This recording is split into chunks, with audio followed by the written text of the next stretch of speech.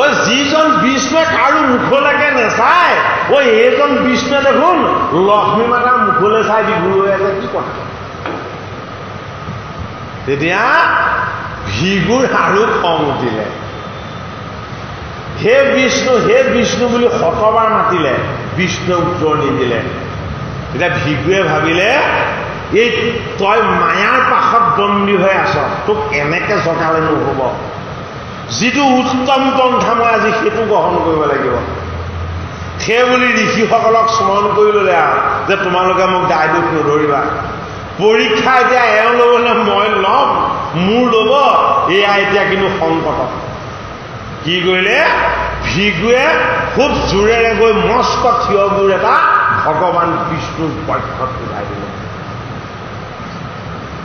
ভগৱান বিষ্ণুৱে নিজৰ মায়াৰ ভ্ৰমৰ পৰা নিজক মুক্ত কৰি ভিগুৰ মুখলৈ চাই কান্দি কান্দি ভিগুৰ চৰণত ধৰি ভিগুৰ চৰণখন আঁঠুত থৈ তেওঁ কোমল অমৃতময় হাতেৰে মালিচ কৰি কৰি ক'বলৈ ধৰিলে, হে ঋষি শ্ৰেষ্ঠ, হে মোৰ গৃহপাতি অতিথি ভগৱান, মোৰ এই পৰ্যসম কঠিন এই বক্ষত তোমাৰ এই সুকুমল বাহনৰ ভৰিৰে আঘাত কৰি তুমি যে কিমান কষ্ট পালা, এই কষ্ট মই আজি সহ্য কৰিব নোৱাৰো। ভিগুৱে হুক হুককে কান্দি গলে, তোমাৰ মায়ায়ে মন মোহিয়াছে, হৰি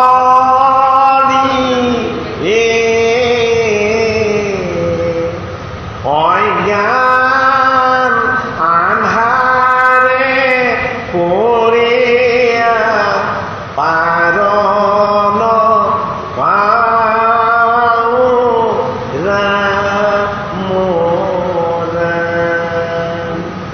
মাধৱে এই দুটা ভিগু স্তুতি দিছে কঁকাল। ভিগুৱে ভগৱানক স্তুতি কৰিলে, হে বিষ্ণু, তোমাৰ বিষ্ণুৰ মায়াৰ সমান শক্তিমন্ত বস্তু এই জগতত একো নাই। এই লক্ষ্মীৰূপী জগতৰ প্ৰতিটো বস্তুকেই তুমি পৰিধান কৰি আছা, সেইটো কাৰণে চৈতন্য হৈ আছে। এই লক্ষ্মী মাতাৰ মুখলৈ তুমি নোচোৱা, এই জগতৰ প্ৰতিটো বস্তুৱে তোমাক চাই থাকে, তুমি মোক সেইটো বুজাইছিলা। মই কিন্তু অজ্ঞানীয়ে বুজি নাপালো তোমাৰ বিষ্ণুৰ মায়া।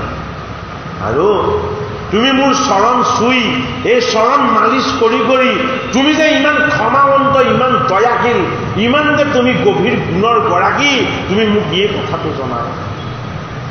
এতিয়া ভিগুক ভগৱান বিষ্ণুৱে বক্ষখন পীতাম্বৰখন দাঙি দেখুৱাই দিছে, বোলে কি এই চিহ্নটো মই সদায় ৰাখিম। কাৰ চিহ্ন? ভিগুৰ পদৰ চিহ্ন। বোলে কিয় ৰাখিম? মোৰ হৃদয়ত মোৰ ভকত থাকিব, এই ভকতৰ পদৰ চিহ্ন মোৰ হৃদয়ত থাকিব। ভিগুৱে সুধিলে, এই চিহ্নৰ তত্ত্ব কোনে বুজিব?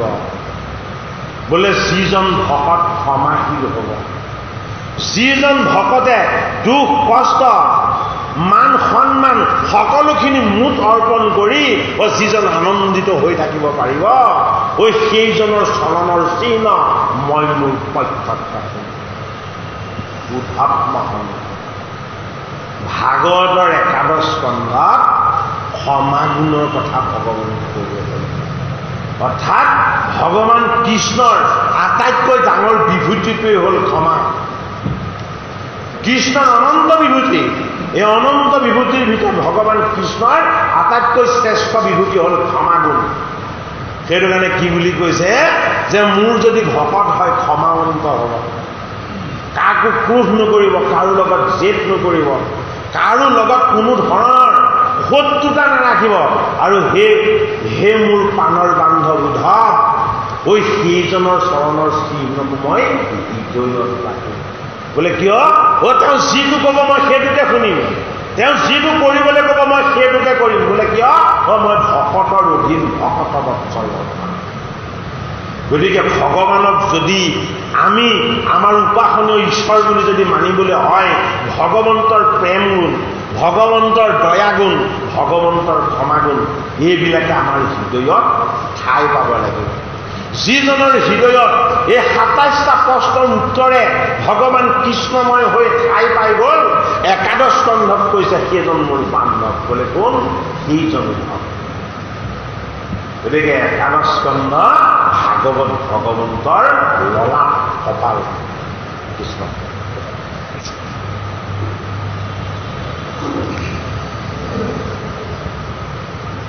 মোক মনে ধৰি যিটো তেজ লভ কাম জানিবা উদ্ধৱ বন্ধু ধৈৰ্য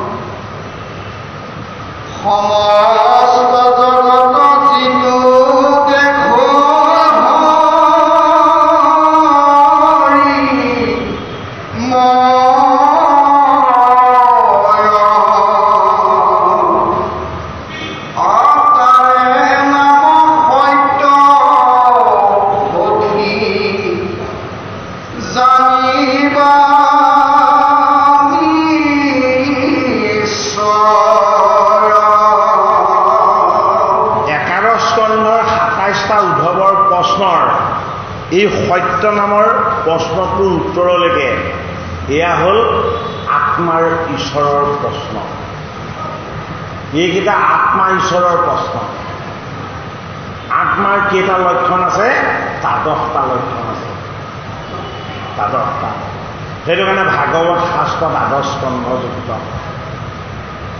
আত্মাৰ ১২টা লক্ষণ আছে কাৰণেই ভগৱন্তৰ বৈষ্ণৱ ১২জন। ১২জন বৈষ্ণৱে আত্মতত্ত্বকে বুজিছিলে অসমত। আৰু এই ১২টা প্ৰশ্নৰ উত্তৰলৈকে আত্মাৰ প্ৰশ্নৰ উত্তৰে আছে। এয়া কোনে জানে? কেৱল পৰমাত্মাই জানে। উদ্ধৱ মহন্তই কৃষ্ণৰ লগত আছে যদিও ইয়াৰ আচল সত্যটো নেজানে। গতিকে সত্য নামৰ ঈশ্বৰৰ স্বৰূপক আমি যদি উপলব্ধি কৰি বুজিবলৈ হয় যে এই জগত জড়, জগত মিছা, এই সংসাৰ জড়, সংসাৰ মিছা, সত্য কি? কৃষ্ণ। কৃষ্ণ যে সত্য। এই সত্যটোৰ ওচৰত আমি নিকটত পাবলৈ হ'লে এই প্ৰশ্নকেইটাৰ উত্তৰ আমি জানিব লাগিব। সেইটো কাৰণে প্ৰথম প্ৰশ্ন হ'ল সম, দ্বিতীয় প্ৰশ্ন হ'ল দম, তৃতীয় প্ৰশ্ন হ'ল ক্ষমা আৰু চতুৰ্থ প্ৰশ্ন হ'ল ধৈৰ্য। ধৈৰ্য কাক বোলে? যিজনৰ মনত সমভাৱ আছে, যিজনে ইন্দ্ৰিয়ক দমন কৰিব পাৰিছে, দমভাৱ আছে, যিজন ক্ষমাৱন্ত হ'ব পাৰিছে, সেইজনৰ লগত চতুৰ্থ যিটো গুণ সংযোগ হ'ব সেইটো হ'ল ধৈৰ্য। কেতিয়াও উদ্বিগ্ন নহয়, কেতিয়াও অধৈৰ্য নহয়। সেইটো কাৰণে অধৈৰ্য হ'বলৈ হ'লে কি প্ৰয়োজন হ'ব? ধৈৰ্যশীল হ'বলৈ হ'লে আমাৰ লগত কি থাকিব নালাগিব? আমাৰ ধৈৰ্য গুণটো যদি আমি আয়ত্ত কৰিবলৈ হয়, তেতিয়াহ'লে আমাৰ লগত দুটা বস্তু জীৰ্ণ হ'ব লাগিব। এটা হ'ল লোভ, অন্যটো হ'ল কামনা। লোভ আৰু কামনা এইকেইটাই আমাক ধৈৰ্যহীন কৰে। এইটো মানে উদ্ধৱ মহন্তক কৈছে যে তোমাক মই সমগুণৰ বিষয়ে ক'লো, তমগুণৰ বিষয়ে ক'লো, সমাগুণৰ বিষয়ে ক'লো। এই গুণকেইটা তোমাৰ যেতিয়া সাধন হ'ব, হে মোৰ প্ৰাণৰ বান্ধৱ উদ্ধৱ, তোমাৰ মনত কামনা নাথাকিব। তোমাৰ মনত এই জগতৰ জড় বস্তুবিলাকৰ প্ৰতি লোভ নাথাকিব। তুমি সমস্তখিনি মুঠ অৰ্পণ কৰি শুদ্ধ হৈ যাবা। আৰু এই গুণটোৰ নামে কি জানানে উদ্ধৱ? এই গুণটোৰ নাম হ'ল ধৈৰ্য। বোলে কাৰ গুণ? মোৰ আত্মাৰ গুণ। মোৰ আত্মাতকৈ ধৈৰ্যশীল বস্তুৱে জগতত একো নাই।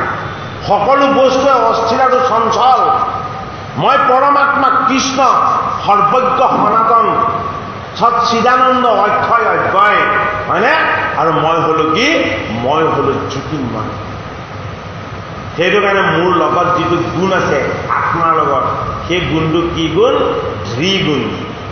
ধৃ মানে ধৈৰ্য। এই ধৈৰ্য গুণৰ যদি আমি গৰাকী হ'ব নোৱাৰো, তেতিয়াহ'লে ঈশ্বৰক ধূপডাল জনাওঁতে, চাকি গছ জনাওঁতে জুইচলা কাঠিটো হাতৰ পৰা 4বাৰমান কৰি দিব।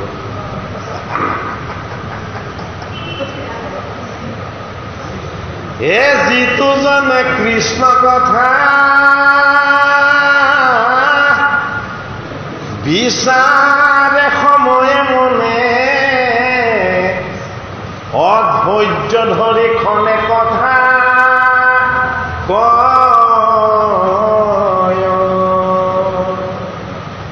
আমাৰো ধৈৰ্যটো কম, কিন্তু এই ভাগৱত গীতা শ্ৰৱণ কীৰ্তন কৰি থকাৰ কাৰণে অকণমান ধৈৰ্যটো আহিছে এতিয়া। ইয়াৰ আগতে নহ'লে এঠাইত দিলে 7 ঠাইত গবা নিচিনা আছিলে। এঠাইত দিলে 7 ঠাইত গজে। কিন্তু এই ভাগৱত গীতা, ভকতৰ সং, এইবিলাকৰ যেতিয়া অকণমান স্পৰ্শ পোৱা গ'ল, এতিয়া এঠাইত দিলে 1 ঠাইত গজা হৈছেগে আৰু। কেনেকে ধৈৰ্যটো আহিছে, ধৃ গুণটো আহিছে, যে ভগৱান কৃষ্ণৰ কথা কীৰ্তন কৰা হৈছে আৰু শ্ৰৱণ কৰা হৈছে। ভগৱান কৃষ্ণতকৈ ধৈৰ্য গুণ জগতত কাৰো নাই। প্ৰমাণটো কি? গোটেই যদুকুলটোক মাধুৰী বন লৈ বাৰুণী ফুলা পান কৰি হাঁহি হাঁহি পিটি পিটি শেষ কৰি দিলে। গোটেই কুলটোক ক্ষয় কৰিলে, গোটেইখিনিকে বধ কৰিলে, আৰু ইখন হাঁহিয়ে থাকিলে। কেতিয়া কান্দিছে? উদ্ধৱৰ ওচৰতহে কান্দিছে। ধৃ গুণ কাৰ? ভগৱান কৃষ্ণ। কেতিয়াও বিচলিত নকৰে, কেতিয়াও ভাগি নপৰে। আমাৰ মানুহবিলাক এতিয়া কি হৈছে? অত্যন্ত দুখী হৈছে, তাপি হৈছে। পুত্ৰ কন্যা কাৰো ওপৰত বিশ্বাস আৰু আস্থা নাইকিয়া হৈছে, হয়নে নহয়? কলি যুগৰ এয়া সঁচা ঘটনা, এয়া আমি কোৱা কথা নহয়। কলি দিয়া ঘটিবই। কিন্তু আমি যদি ভালকে পৰীক্ষা নিৰীক্ষা কৰি চাওঁ, ধৈৰ্য গুণটো আমাৰো নাইকিয়া হৈছে। আমাৰো ঈশ্বৰৰ ওপৰত বিশ্বাস নাইকিয়া হ'বলৈ লৈছে, হয়নে বাৰু? অটল বিশ্বাস লাগিব। ভগৱান কৃষ্ণৰ চৰণত সুদৃঢ় বিশ্বাস লাগিব।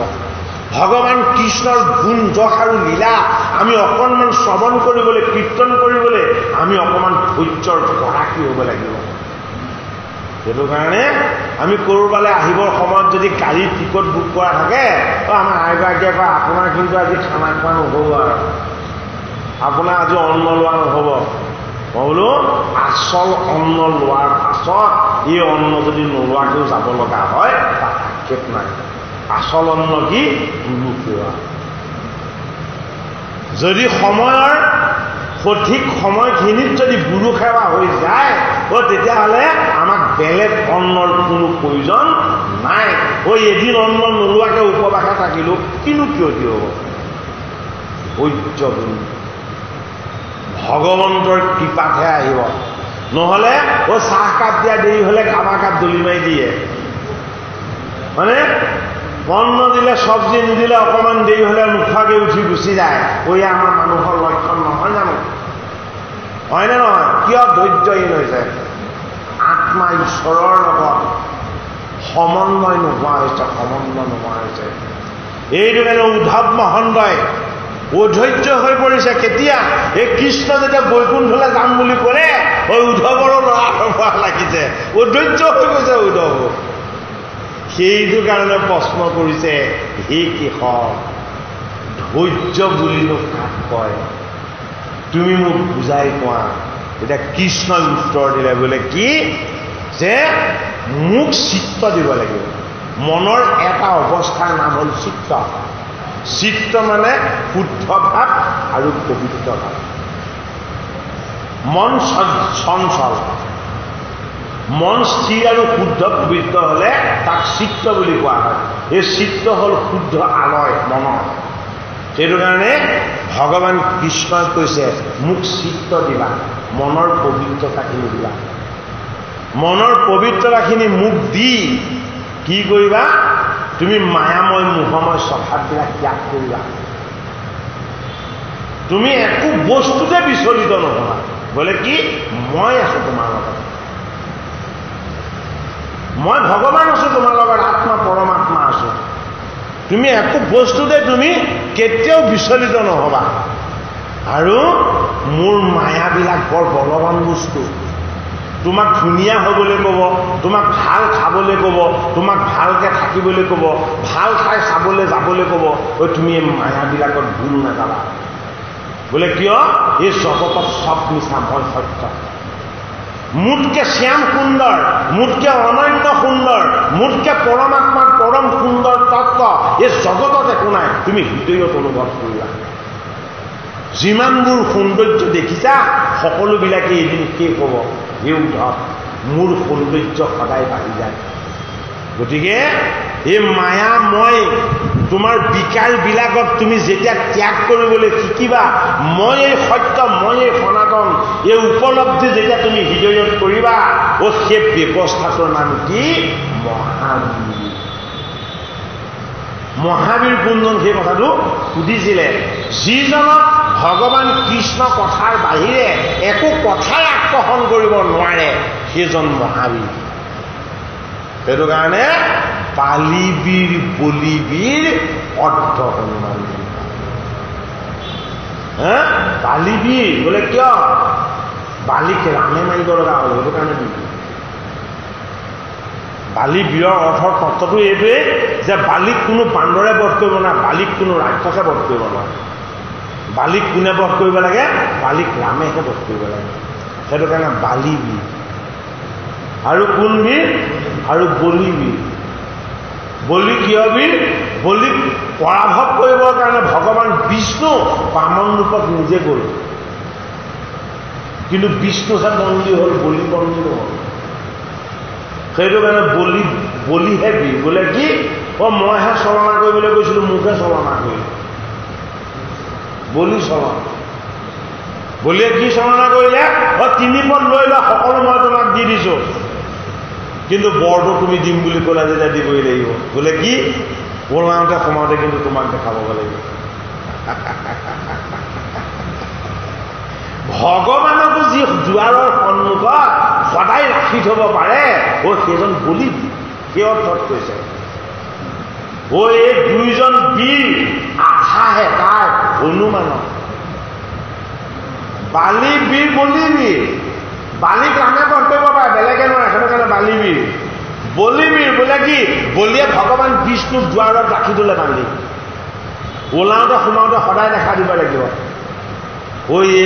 এই দুইজন বীৰ বোলে হনুমানৰ আধা আহে কিয় হনুমানৰ আধা বোলে মই জাতি আৰু কুলত বান্দৰ মোৰ শৃংখলা নাই মই বিশৃংখল মোক কিবা খাবলৈ দিলে মই খিচি পিচিহে খাওঁ মই শৃংখলাবদ্ধ কৰি কোনোদিন নাখাওঁ হয়নে? আৰু মই যিটো কৰিব লাগে সেইটো নকৰোঁ, যিটো নকৰিব লাগে সেইটোহে কৰোঁ। কিন্তু মোৰ স্বামীৰ নাম পাই গ'ল। কাৰ নাম পালে? স্বামীৰ নাম পাই গ'ল। বোলে এই নাম যেতিয়া পালোঁ, ৰামৰ নাম জপ কৰি থাকোঁতে মই পাণ্ডৱ ঋষি ভকত হৈ গ'লো। মোৰ বিশৃংখল স্বভাৱটো আঁতৰ হৈ গ'ল। সীতা মাতাৰ খবৰ ল'বৰ কাৰণে ৰামে মোক দুখ পাতিব লগা হ'ল। বোলে কিয়? যিজনৰ নাম লৈ মই ভগৱান বুলি হৃদয়ত উপাসনা কৰিছিলোঁ, সেইজনে মোক আহি আজ্ঞা কৰিছে। বোলে কি? এবাৰ মোৰ দুধ হৈ দিয়া। সেইটো কাৰণে হনুমানৰ আধাৰে ৰামে দুধ হ'বলৈ পোৱাটো বৰ ডাঙৰ কথা। বলিকো দুধ হ'বলৈ পোৱা নাই, বালিকো পোৱা নাই। ৰামৰ দুধ হ'বলৈ কৈছে, বাৰ্তাবাহক হ'বলৈ কৈছে। ৰামক কি বাতৰি আনি দিব লাগিব? সীতাৰ বাতৰি আনি দিব লাগিব। এইটো তত্ত্ব কথা। সীতা মানে শুদ্ধ জীৱ। শুদ্ধ জীৱৰ বাতৰি কাক লাগে? পৰমাত্মাক লাগে। এই বাতৰি কোনে আনি দিব? ভকতে আনি দিব। কোন ভকতে আনি দিব? এই হনুমানে আনি দিব। সেইটো কাৰণে অৰ্ধ হনুমান। হনুমানে ৰামক জয় কৰিছিলে। এদিন হনুমানে ৰামচন্দ্ৰ গোসাঁইক গৈ ক'লেগৈ যে প্ৰভু, মোৰ ইচ্ছা এটা আছে। বোলে তোমাৰ ইচ্ছা মই সকলো সফল কৰিব নোৱাৰিম। ৰামে উত্তৰ দিছে, কাৰণ ৰাম অন্তৰ্যামী জানি। হনুমানে ক'লে যে মোৰ এটা ইচ্ছা আছে। এতিয়া ৰামে কৈছে যে মই তোমাৰ সকলো ইচ্ছা মই তোমাক সফল কৰিব নোৱাৰিম। এতিয়া ৰাম নাম জপ কৰি ৰামক কাকুতি কৰি ক'লে আৰু যে মোৰ ইচ্ছাটোতো আপুনি শুনক। বোলে কোৱা। বোলে আপোনাৰ লগত অকণমান যুদ্ধ কৰিবলৈ মন আছে। ভগৱান ৰামৰ লগত অকণমান যুদ্ধ কৰিবলৈ মন আছে। বোলে কি? বোলে আপুনি ৰাৱণৰ লগত যুদ্ধ কৰোঁতে মই চকুৰে গোটেইখন ধুঁৱলি কুঁৱলি দেখিছিলোঁ। বোলে কি দেখিছিলা? বোলে আপোনাৰ প্ৰতিপাশৰে হাজাৰ হাজাৰ শৰলৈ ৰূপান্তৰ হয়। আপোনাৰ ধনুৰ শব্দতেই ৰাক্ষসবিলাক মৰিছিলে। মই আচৰিত দেখিছিলোঁ আপোনাৰ সেই বল আৰু বিক্ৰম। গতিকে সেই স্বামী, মোৰ লগত অকণমান যুদ্ধ কৰক। কিয় যুদ্ধ কৰিবলৈ কৈছে বাৰু? ৰামৰ হাতত মৰিবলৈ মন হনুমানৰ। তেতিয়া জীৱৰ সদ্গতি হ'ব। সেইটোকে তেওঁ ৰামক ক'ব বিচাৰিছে। তেতিয়া ৰামে কি উত্তৰ দিলে জানে? তোমাক মূৰত কঢ়িয়া মূৰত নামৰ গুণ চা। হেৰা হনুমান, মই তোমাক যদি তোমাৰ লগত কৰা যুদ্ধখনৰ ফলাফলটো জনাই দিওঁ, তুমি যুদ্ধখন নকৰাকেই হ'ব। বোলে কি? তোমাৰ লগত মই হাৰিলোঁ। তোমাৰ লগত মই হাৰিলোঁ। বোলে প্ৰভু, আপুনি মোৰ লগত হাৰিলে। বোলে যুদ্ধখন মই কৰিলোঁ বুলি ধৰি ল'লোঁ, আৰু সেইখন যুদ্ধত মই হাৰিলোঁ বুলি ফলাফল পাই গ'লোঁ। বোলে কি? তোমাৰ লগত মোতকে দুটা বস্তু বেছি আছে। ৰামে কৈছে তোমাৰ লগত মোতকে দুটা বস্তু বেছি আছে। এতিয়া হনুমন্তই কৈছে যে প্ৰভু, আপুনিয়ে সকলোৰে মালিক, আপুনি অযোধ্যাৰ নিপতি, মই গছৰ ফল মূল খোৱা বিশৃংখল বান্দৰ, কেনেকে মোৰ সম্পত্তি বেছি হ'ব? এতিয়া ৰামে ক'লে তোমাৰ লগত মই গুৰু হিচাপে আছো, কিন্তু মোৰ গুৰুজন এতিয়া মোৰ লগত নাই। ৰামৰ গুৰু কোন? পিতৃ দশৰথ। তেওঁ স্বৰ্গগামী হৈ গ'ল, হয়নে? গতিকে তোমাৰ লগত মই গুৰু হিচাপে আছো। এইটো তোমাৰ প্ৰথম সম্পত্তি। আৰু দ্বিতীয় সম্পত্তি, যিটো সম্পত্তি তোমাৰ লগত আছে মোৰ লগত নাই। বোলে কি? মোৰ ৰাম নাম। মোৰ ৰাম নাম তোমাৰ লগত আছে, আৰু তোমাৰ লগত মই গুৰু হৈ আছো। এই দুটা সম্পত্তি যেতিয়া তোমাৰ লগত থাকিব, মই কি অস্ত্ৰে তোমাৰ লগত যুদ্ধ কৰি জয়লাভ কৰিম? গতিকে মই হাত দাঙি দিছোঁ, মই তোমাৰ লগত হাৰিলোঁ। পালিবীৰ বলিবীৰ অৰ্থ হনুমান বুলি ক'লে। নহ'ব নুপজিব বীৰ কৰ্ণ সমান। কৰ্ণ সমান বীৰ আজিলৈকে কোনো জন্ম হোৱাও নাই, আৰু কোনো জন্ম নহয়ও। বোলে কি? পাণ্ডৱৰ বংশৰ হৈ কৌৰৱৰ পক্ষতে থাকি গ'ল, কৃষ্ণই মতা স্বত্বেও নগ'ল। এই জেদটোতকে ডাঙৰ দুৰ্যোগ জগতত একো নাই, যিটো কৰ্ণৰ লগতে আছে, বেলেগৰ লগত নাই। এইটো কাৰণে আমাৰ লগত যদি এই জেদটো থাকে, তেতিয়াহ'লে আমাক একোৱে পৰাজয় কৰিব নোৱাৰে। সেইটো অৰ্থতে কৈছে। সেইটো কাৰণে কৰ্ণ কি?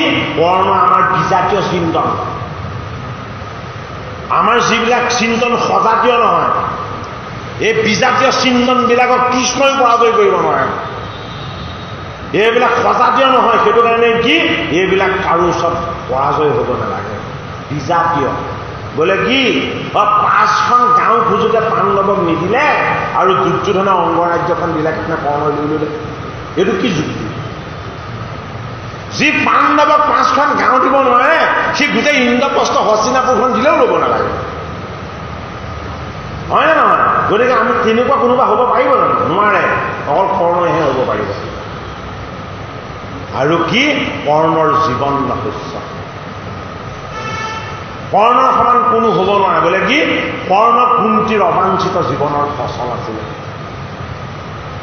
মনক ভগৱন্তত সমৰ্পণ কৰি গুৰুৰ লগত এক হৈ এই জীৱক জগতলৈ আনিব লাগিব। কৰ্ণক কেনেকৈ অনা হৈছিলে? কুন্তীয়ে গুৰুমন্ত্ৰ পৰীক্ষা কৰি চাইছিলে। গুৰুমন্ত্ৰ পৰীক্ষা কৰিব নাপায়। যদি গুৰুমন্ত্ৰৰ শক্তিক পৰীক্ষা কৰি চাবলৈ হয়, তেতিয়াহ'লে সেই কৰ্ম হ'ব বিজাতীয়, তাৰ ফচলো বিজাতীয় হ'ব। সেইটো কাৰণে পৰীক্ষা কৰি চাবলৈ সূৰ্যক মাতিলে, পুত্ৰ হিচাপে কৰ্ণ লাভ হ'ল। গতিকে সজাতীয় বিজাতীয় কৰ্মক যদি সজাতীয় কৰিবলৈ হয়, কি কৰিব লাগিব? মনৰ সেই ভাৱটো দূৰ কৰিব লাগিব। সেই ভাৱটো দূৰ কৰি পুণ্যময় প্ৰবৃত্তিবিলাকক আমাৰ হৃদয়ত প্ৰতিষ্ঠা কৰিব লাগিব। পুণ্যময় প্ৰবৃত্তিবিলাক হ'ল পাণ্ডু। এই পাণ্ডুৰূপী পুণ্যময় প্ৰবৃত্তিবিলাকৰ লগত কুন্তীৰূপী সাত্বিক যিবিলাক ভাৱ আছে, এই ভাৱবিলাকৰ বন্ধন হ'ব লাগিব। এই সাত্বিক ভাৱবিলাকৰ যদি বন্ধন হয়, সেয়া কুন্তী আৰু পাণ্ডুৰ বিবাহ। তাৰ পাছতহে উৎপত্তি হ'ব ধৰ্ম। ভীম, অৰ্জুন আৰু মাদ্ৰীৰ পৰা নতুন সহযোগ তৎপৰ। সেইটো কাৰণে ভগৱান কৃষ্ণৰ এই ঈশ্বৰ গুণৰ যিবিলাক সম্পত্তি আছে, তাৰ ভিতৰতে এটা শ্ৰেষ্ঠ হ'ল ক্ষমা, এটা হ'ল ধৈৰ্য আৰু এটা হ'ল মহাবীৰ। সেইটো কাৰণে আমি মহাবীৰৰ তত্ত্বটোৰ কথা অকণমান বহলকৈ ক'লোঁ। তাইটো নতুন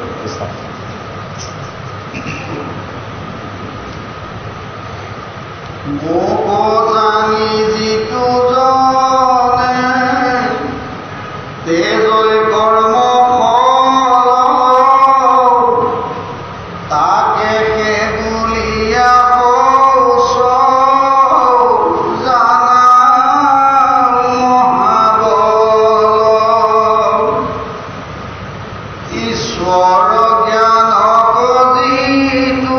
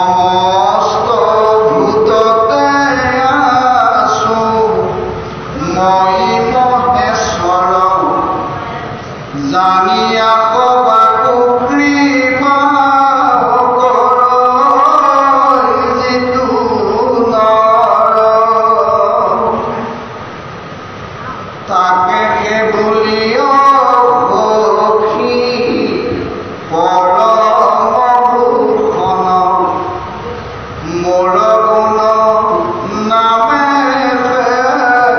জানিবা উদ্ধৱৰ প্ৰশ্নবিলাকৰ উত্তৰটো ভগৱান কৃষ্ণই কেপচুল আকাৰত দি দিছে ইমান সুন্দৰকৈ এটা এটা বাক্যত দি দিছে কিন্তু প্ৰশ্নকেইটা কিয় উদ্ধৱে সুধিছিলে এই গোটেইকেইটা প্ৰশ্নৰ উত্তৰ উদ্ধৱে সাধন কৰিছিল গোটেইকেইটা উত্তৰে উদ্ধৱে সাধন কৰিলে কিন্তু প্ৰশ্নকেইটা জানে উদ্ধৱে উত্তৰকেইটা নাজানে গতিকে আমি উত্তৰটো জনাৰ প্ৰয়োজন নাই আমি সেই ভাৱনা ভক্তি কৰা কি হ'ব পাৰিছোঁ নে নাই সেই চেষ্টাটো আমি অব্যাহত ৰাখিব লাগিব আজি আপোনাৰ সবে ইমান গৰমত হয়নে বাৰু ইমান কষ্ট স্বীকাৰ কৰিও গুৰুজনাৰ সংস্কৃতিৰ প্ৰসাৰ আৰু প্ৰচাৰ হওক বুলি ভাওনাৰ অনুশীলন কৰাইছে বৰগীত চৰ্চা কৰিছে হয়নে তাৰ লগতে ভাগৱত চৰ্চা কৰিছে আপোনালোকে নাজানে আপোনালোকে কি কৰিছে যে গুৰুজনাৰ চৰণ সেৱাৰ নামত আমি অকণমান ভগৱন্তৰ ওচৰত ঠাই বিচাৰিছোঁ কিন্তু এই উদ্ধৱ মহন্তই যিকেইটা প্ৰশ্ন সুধিছে এই প্ৰশ্নকেইটাৰ গোটেইকেইটা প্ৰশ্নৰ উত্তৰ আপোনালোকৰ এই সেৱা ভাগত লাভ হৈছে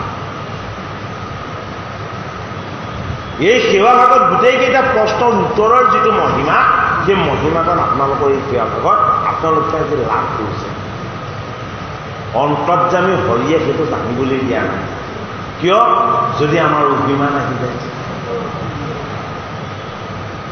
গতিকে আমাক অজ্ঞানী কৰি ৰখাটো আমাৰ কাৰণে ভাল হয়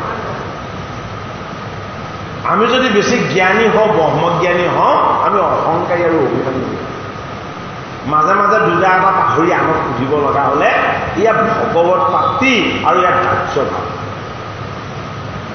সেইটো কাৰণে আপোনালোকে শাস্ত্ৰ নাজানো বুলি শাস্ত্ৰ অধ্যয়ন নাই কৰা বুলি এইবিলাক সংকীৰ্ণ ভাৱ মনলৈ নানিব আপোনালোকে আমাতকৈ বেছি ভালকৈ শাস্ত্ৰ জানিছে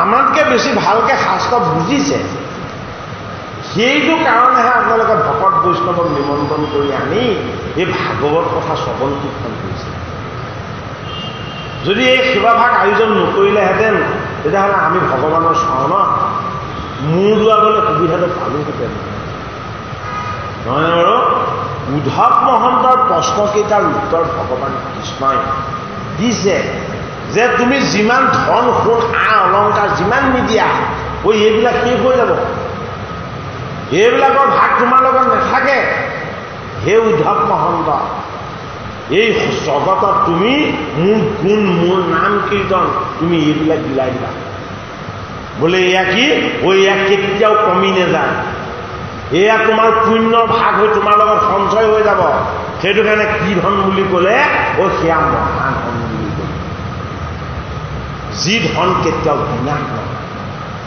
আৰু কি বুলি কৈছে মহালাভ মহালাভ বুলি কৈছে কি লাভ বোলে যিজনে গুৰুৰ কৃপাত মোক বুজি পালে মোৰ চৰণত উপাসনা কৰিব লাগে বুলি অনুভৱ কৰিলে যিজনে ময়ে সৰ্বময় কৰ্তা ময়ে সকলো কৰি আছো বুলি যিজনে অনুভৱ কৰিব পাৰিছে জানিব পাৰিছে সেয়া জ্ঞান নহয় সেয়া মহাজ্ঞান ভগৱান কৃষ্ণই উদ্ধৱ মহন্তক জনাইছে যে আত্মজ্ঞানটোৱে হ'ল আটাইতকৈ শ্ৰেষ্ঠ যদি আত্মজ্ঞান লাভ নহয় নিজক নাজানিম ঈশ্বৰক নাজানিম এই গোটেই প্ৰশ্নখিনিৰ উত্তৰত ঈশ্বৰৰ আত্মতত্ত্ব আৰু আত্মজ্ঞানৰ কথাখিনি প্ৰকাশ পাইছে সেইটো কাৰণে কি বুলি কৈছে যে ভাগ্য কি মহাভাগ্য কি এতিয়া ভাগ্য কি বুলি কৈছে যে মোৰ ভকতৰ যদি সংগ ভগৱানৰ যদি নাম পোৱা সেই মহাভাগ্য আমি পাৰ্থিৱ সা সম্পত্তি পালেহে ভাগ্য ভাল বুলি পালোঁ ভাগৱত শাস্ত্ৰই কৈছে পাৰ্থিৱ সম্পত্তি যিমান বাঢ়িব সিমানে গুণাত্মক ৰূপত বাঢ়ি যাব জামিতি হাৰত পাৰ্থিৱ সম্পত্তি বাঢ়িলে অহংকাৰটো জামিতি হাৰত বাঢ়ে মানে গুণাত্মক হাৰত হয়নে পাৰ্থিৱ সম্পত্তি আৰু পৰিমাণ যদি বাঢ়ে ভোগ আৰু বিলাসটো কি হয় জামিতিক হাৰত বাঢ়ে ভোগ আৰু বিলাস যদি কেনেবাকৈ বাঢ়ি যায় ৰোগ আৰু এলাহটোও বাঢ়ি যাব ইয়ে শাস্ত্ৰই সেইটো কাৰণে শুদ্ধ মত হৈছে যে তোমাৰ যিখিনি ন্যূনতম প্ৰয়োজনীয় মোৰ কৃপাক তুমি যিখিনি লাভ কৰিছা এইখিনিৰ লৈ তুমি আনন্দিত হোৱাচোন মই তোমাক কমকৈ দিয়া নাই তুমি বেছিকৈ বিচাৰিছা ভগৱান কৃষ্ণই কৈছে মই তোমাক কমকৈ দিয়া নাই তুমি মোৰ পৰা বেছিকৈ বিচাৰিছা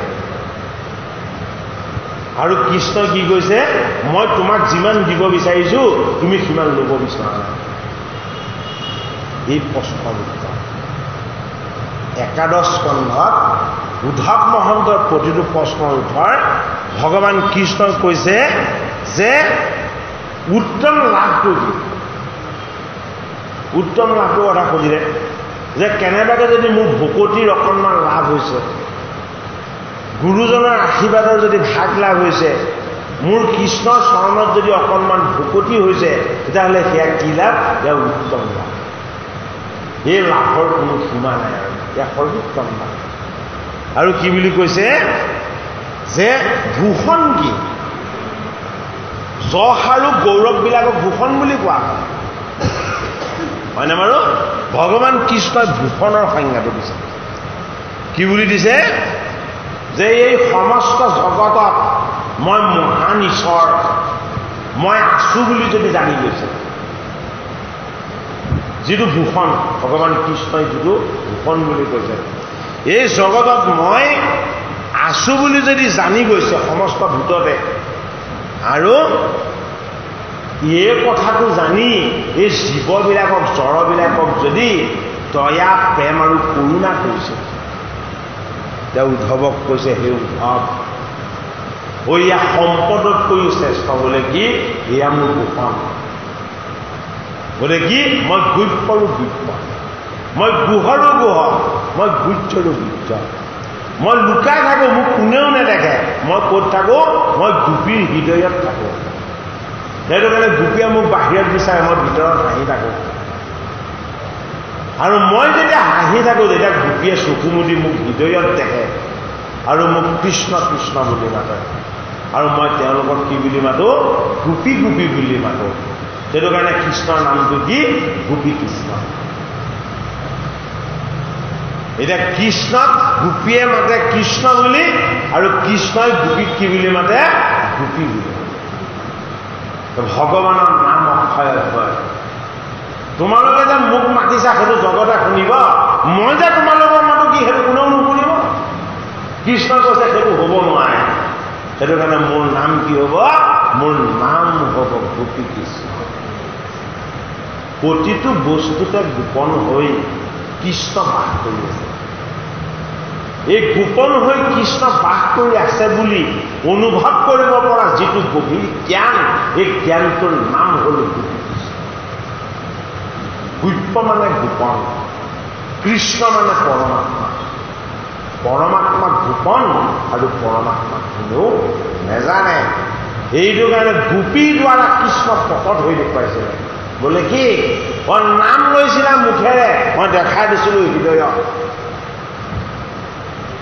আৰু নৃত্য কৰিছিলে কোনে নৃত্য কৰিছিলে 3 তৰু লতিকা বিধি এই যমুনা সকলোৱে মোৰ লগত নৃত্য কৰিছিলে কোনে দেখিছিলে গোপীয়ে দেখিছিলে শৰতৰ পূৰ্ণিমা ৰাতি ভগৱান কৃষ্ণই যেতিয়া ৰাস ত্যাগ কৰিছিলে গোপীয়ে ভাবিছে মই কৃষ্ণৰ হাতত ধৰিছোঁ আৰু গোপীয়ে চাই দেখিছে গোপীয়ে হৰিণাৰ কাণখনতে ধৰিছে গোপীয়ে ভাবিছে মই কৃষ্ণৰ চৰণত ধৰিছোঁ আৰু গোপীয়ে চাই দেখিছে গোপীয়ে যমুনাৰ জলতে হাত দি আছে গোপীয়ে ভাবিছে যে ভগৱান কৃষ্ণৰ বস্ত্ৰত ধৰিছোঁ আৰু গোপীয়ে চকু মেলি চাই দেখিছে বিদিশৰ পাততহে ধৰিছে অৰ্থটো কি সকলোতে কৃষ্ণ মই দেখা পাইছে সকলোতে কৃষ্ণ প্ৰকাশ হৈ আছে ধৰোতে কৃষ্ণকে ধৰিছে কিন্তু মায়াৰ দৃষ্টিয়ে চালত বিৰিখ দেখিছে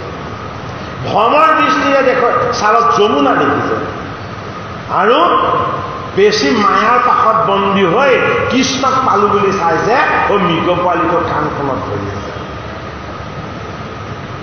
সেইটো কাৰণে আমি অচেতন হৈ শুই থাকিলে নহ'ব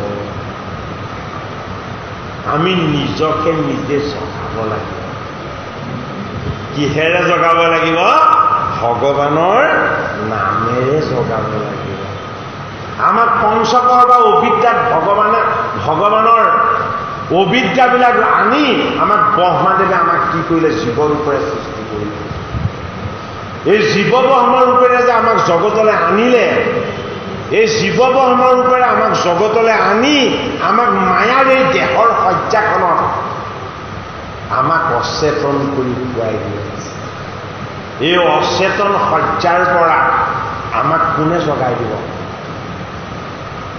জগতৰ হৰিয়ে জগাব লাগিব আমি নিজক নিজে কেতিয়াও জগাব নোৱাৰো ভগৱানৰ নামেৰে জগাব লাগিব আমাক জগোৱাৰ কথা কোৱা নাই আমাৰ হৃদয়ত থকা পৰমাত্মা ৰামক জগাই দিব লাগিব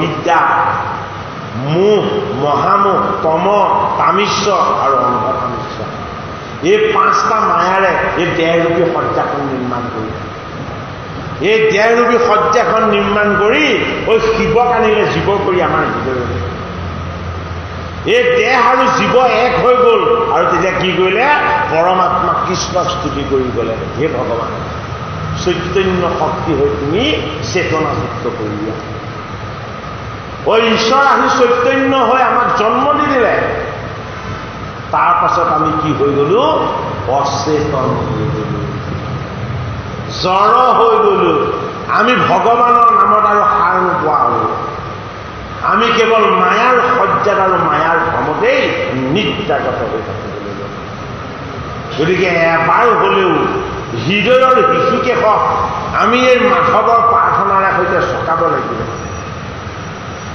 তুমি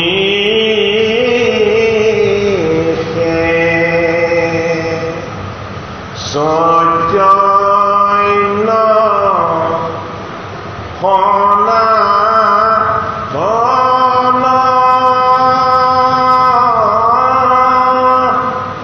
ৰাম ৰাম ৰাম ৰাম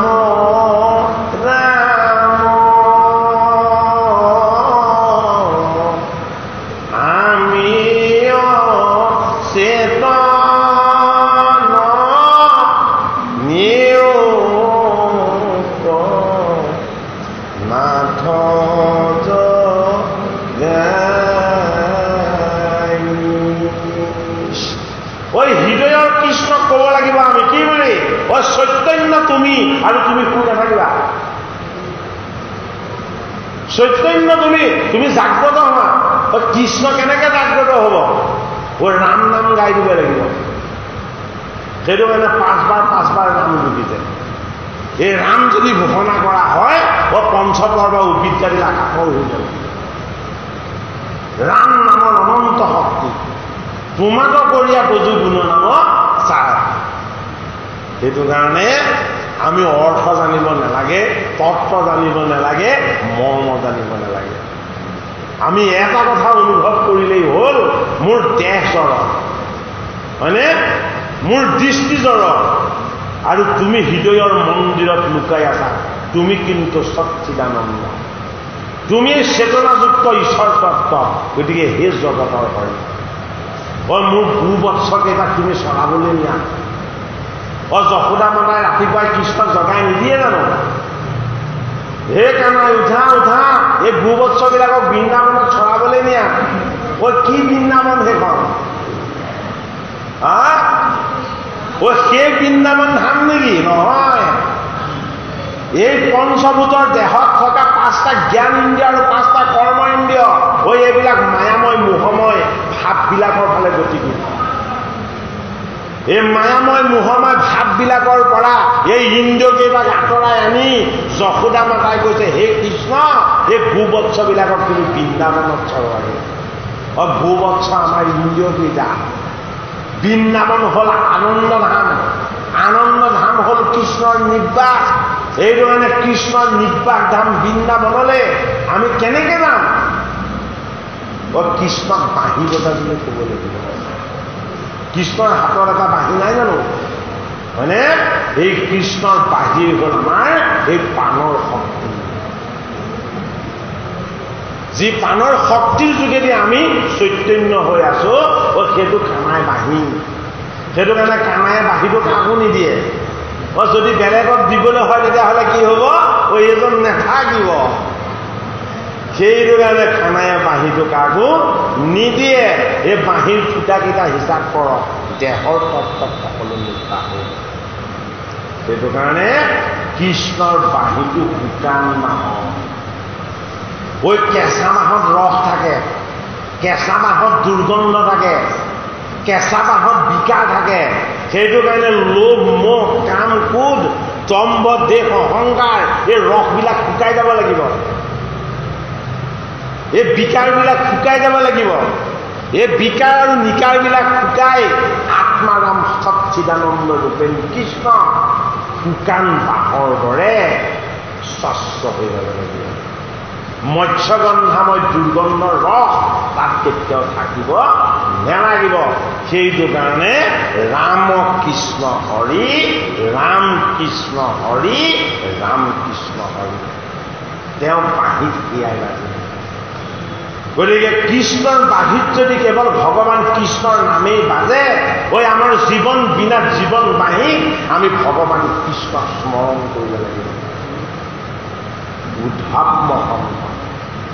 ভাগৱতৰ ১১ স্কন্ধত ভগৱান কৃষ্ণই বুজাইছে আৰু কৈছে যে হে উদ্ধৱ, ক্ষমাৱন্ত লোকৰ কেতিয়াও পৰাজয় নহয়।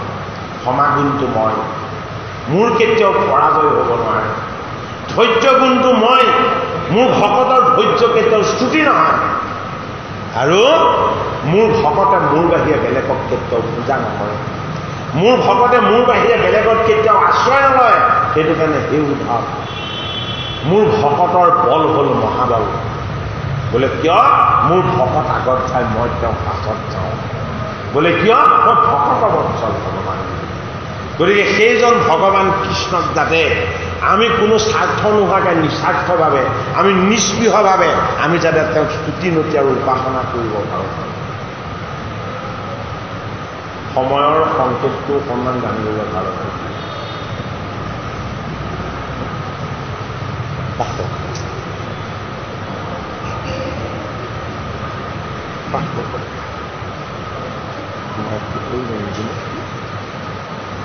তাকে গুলি জ্ঞান যিটো দেখে হৰি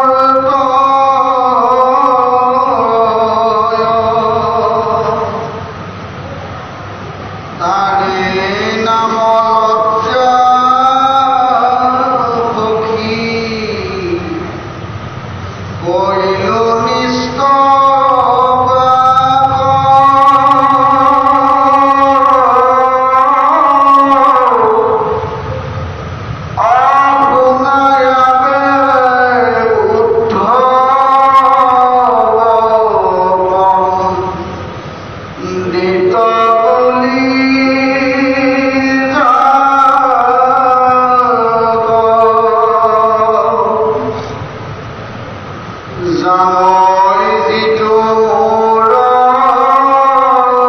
কৰ্ম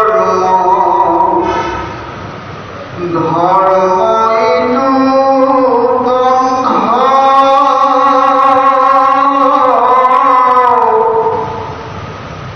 তাক এৰি কৰৈ মোৰ সেৱা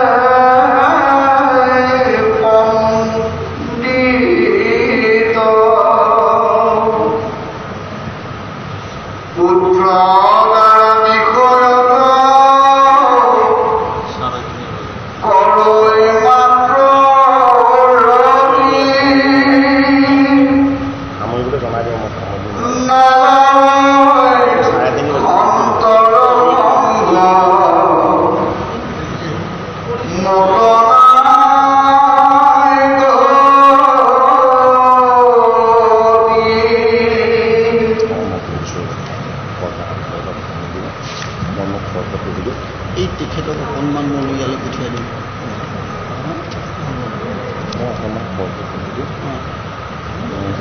কেইটা বজাত ইমান দেৰি চাৰে চিন্তা সামৰি অঁ হ'ব কৰি দিওঁ হে ৰাম এ যদি চাৰি বেদ চৈধ্য শাস্ত্ৰত পাৰ্গত এ তথাপিতো সেই মূৰ্খ জানা মোৰ মত এ আন কও চাদ যিটো মোক ভজে মাত্ৰ এ তাকে পথ বুলিয় সেহি শেষাৰ শাস্ত্ৰ পন্থ কি বুলি কৈছিলে নহয় বোলে পন্থ কি জানে মোক ভক্তি কৰাটো হ'ল পন্থ মোক ভক্তি নকৰি যদি বেলেগ দেৱ দেৱীক পূজা কৰে সেইটো বিপন্থ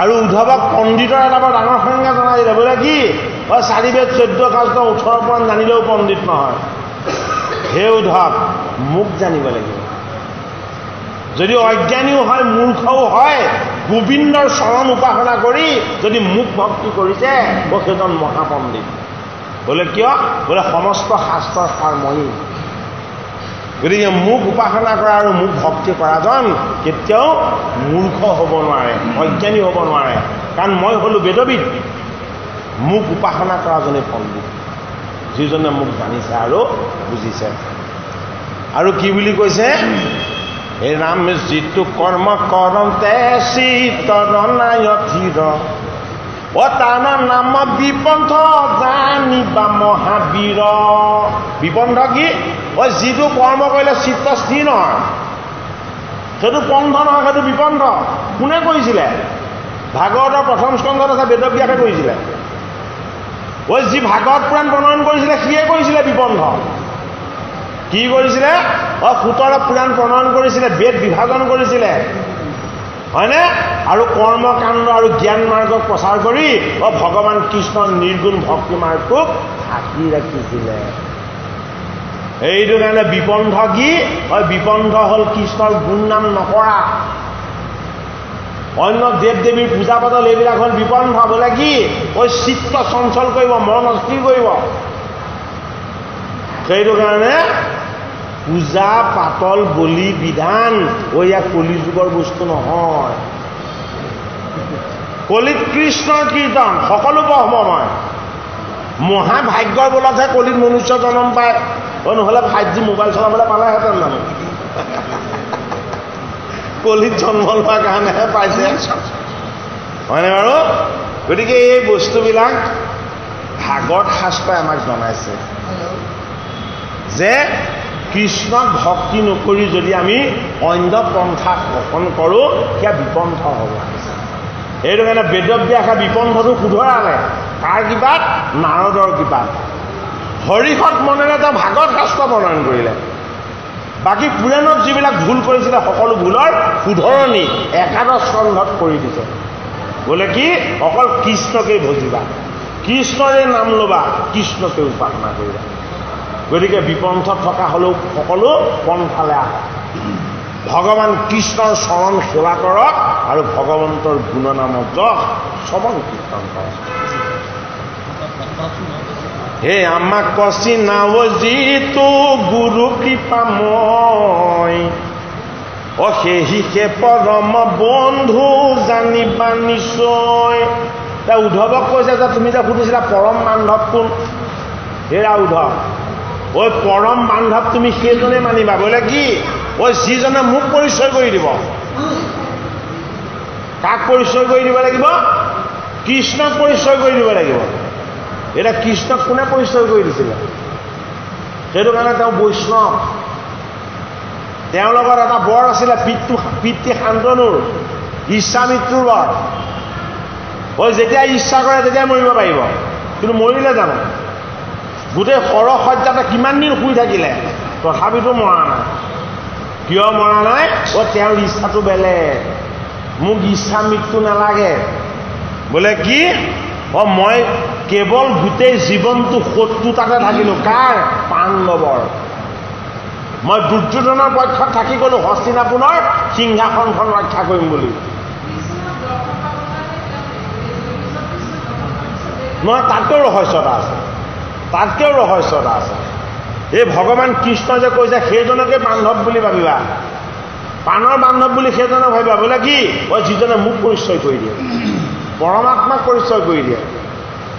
পঞ্চ পাণ্ডৱে কৃষ্ণক ভগৱান বুলি খন্তেক সময় জানে আকৌ পাহৰি থাকে, হয়নে? আমি কৃষ্ণৰ পেহী কুন্তীৰ ল'ৰা, আমাৰ লগত ককাই ভাই সম্বন্ধ। সেইটো কাৰণে ভীমে গৈ কান্ধত ধৰি কয়, কানাই ঠিকে আছা। আৰু অৰ্জুনেতো একেবাৰে একেখন শয্যাতে শুই থাকে।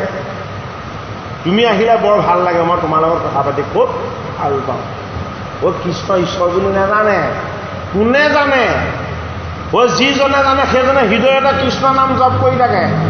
যুদ্ধ কৰিবলৈ আহিছে 10 দিনে কৰিম, কানাইক 10 দিন চাম, তাৰ পাছত মই চাব নালাগে। বোলে কি, সৰসজ্জাত মই নিজে কৰিম। সেইজন ভীষ্ম পিতামহ। পিতামহে কৃষ্ণক জানে পৰমাত্মা বুলি, পাণ্ডৱে নাজানে। অন্তিম সময়ত গোটেই জীৱনটো শত্ৰুতাৰ পক্ষত থকা এই পিতামহ ভীষ্ম পাণ্ডৱৰ কাৰণে প্ৰাণৰ বান্ধৱ হৈ গ'ল। কি কৰিলে? কৃষ্ণক পৰিচয় কৰি দিলে। এৱে কাল, এৱে মহাকাল। এইজনৰ ইচ্ছাতে এই জগতখন চলি আছে। য'ত ধৰ্মিষ্ঠ, বলিষ্ঠ, মহাধনুদ্ধৰ আৰু গান্ধীপধাৰী অৰ্জুন আছে, তাতো অসন্তৰ ঘটে। কি কথা? যাৰ সভাসত কৃষ্ণ, ইমানখিনি দুৰ্যোগ তাতো কিয় ঘটি থাকে? পিতামহ ভীষ্ম কৈছে এইজনক নজনাৰ কাৰণেই ঘটি আছিলে। এৱেই মহাহৰি দৈৱকী নন্দন, এৱেই কৃষ্ণ, এৱেই জগতৰ স্বামী, এইটো বিষ্ণু ৰূপ। ইচ্ছাত সকলো হৈছে বুলি ধৰি লোৱা। হে ধৰ্মপুত্ৰ, তোমাৰ কোনো পাপ হোৱা নাই। ভাগৱতৰ প্ৰথম স্কন্ধত ভীষ্মৰ মুখখন। গতিকে কৃষ্ণক যি পৰিচয় কৰি দিয়ে, সেইজন বান্ধৱ। এটা কি বুলি পিতামহ বুলি সম্বোধন কৰিছিলে, কাক? ভীষ্ম। আৰু সেইদিনাখনৰ পৰা ভীষ্ম পাণ্ডৱৰ কি হ'ল? বান্ধৱ হৈ গ'ল। জীৱৰ লগত জীৱৰ সম্বন্ধটো কেতিয়াও পিতামহ ককাই ভাই নহয়। জীৱৰ লগত জীৱৰ সম্বন্ধ বান্ধৱ।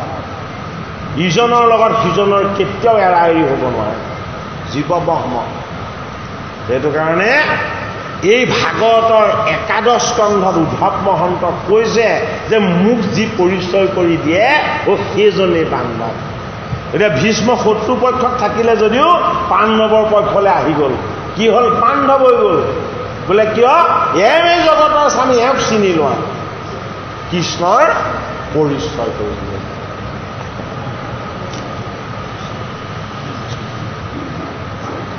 কৃষ্ণ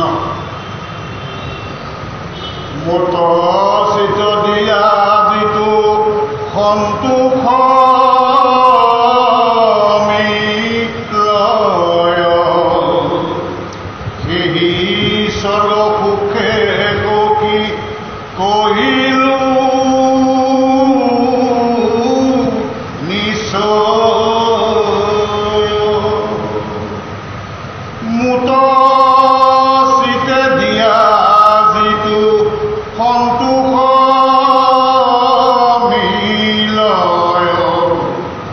সেই স্বৰ্গ সুখে সখী কহিলো নিশ্চয় এৰা কাম কুদণ্ড জেই কৰৈ তোৰো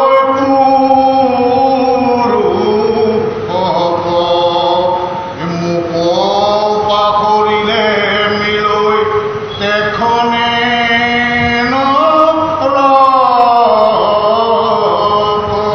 আমাৰ নৰক যান্ত্ৰণা বুলি কোৱা নহয় জানো যে নৰক যান্ত্ৰণা ভোগ কৰি আছো নৰক যান্ত্ৰণাটো কি ভাগৱতৰ 11 স্কন্ধত কৈছে কৃষ্ণক পাহৰিলেই নৰক যান্ত্ৰণা যদি কৃষ্ণক স্মৰণ কৰিছে নৰক যান্ত্ৰণাৰ পৰা মুক্ত হৈ যাব তাৰ প্ৰমাণ কি আছিলে উত্তৰাৰ গৰ্ভলৈ দ্ৰোণীয়ে ব্ৰহ্মাস্ত্ৰ নিক্ষেপ কৰিছিলে উত্তৰা নিদ্ৰাগত হৈ আছিলে টোপনি গৈ আছিলে ভগৱান কৃষ্ণক পাহৰি আছিলে অকণমান সময় গৰ্ভৱতী হৈ থকাত কৃষ্ণক পাহৰিছিলে বাকীখিনি সময় কৃষ্ণকে চিন্তা কৰি থাকে কাৰণ কৃষ্ণ শ্যাম সুন্দৰ অত্যন্ত ধুনীয়া সৌন্দৰ্যটো মোক ইফালে জগতৰো ঈশ্বৰ তেওঁ নিদ্ৰাগত হৈ আছিল আৰু সেই সময়তে কি হ'ল অস্বস্থমাই ব্ৰহ্মাস্ত্ৰ প্ৰয়োগ কৰি দিলে গৰ্ভ জ্বলিবলৈ লৈছে দেহ পুৰিবলৈ লৈছে এতিয়া উত্তৰাই ভাবিছে মোক কিয় এনে হৈছে মই কৃষ্ণক পাহৰিছোঁ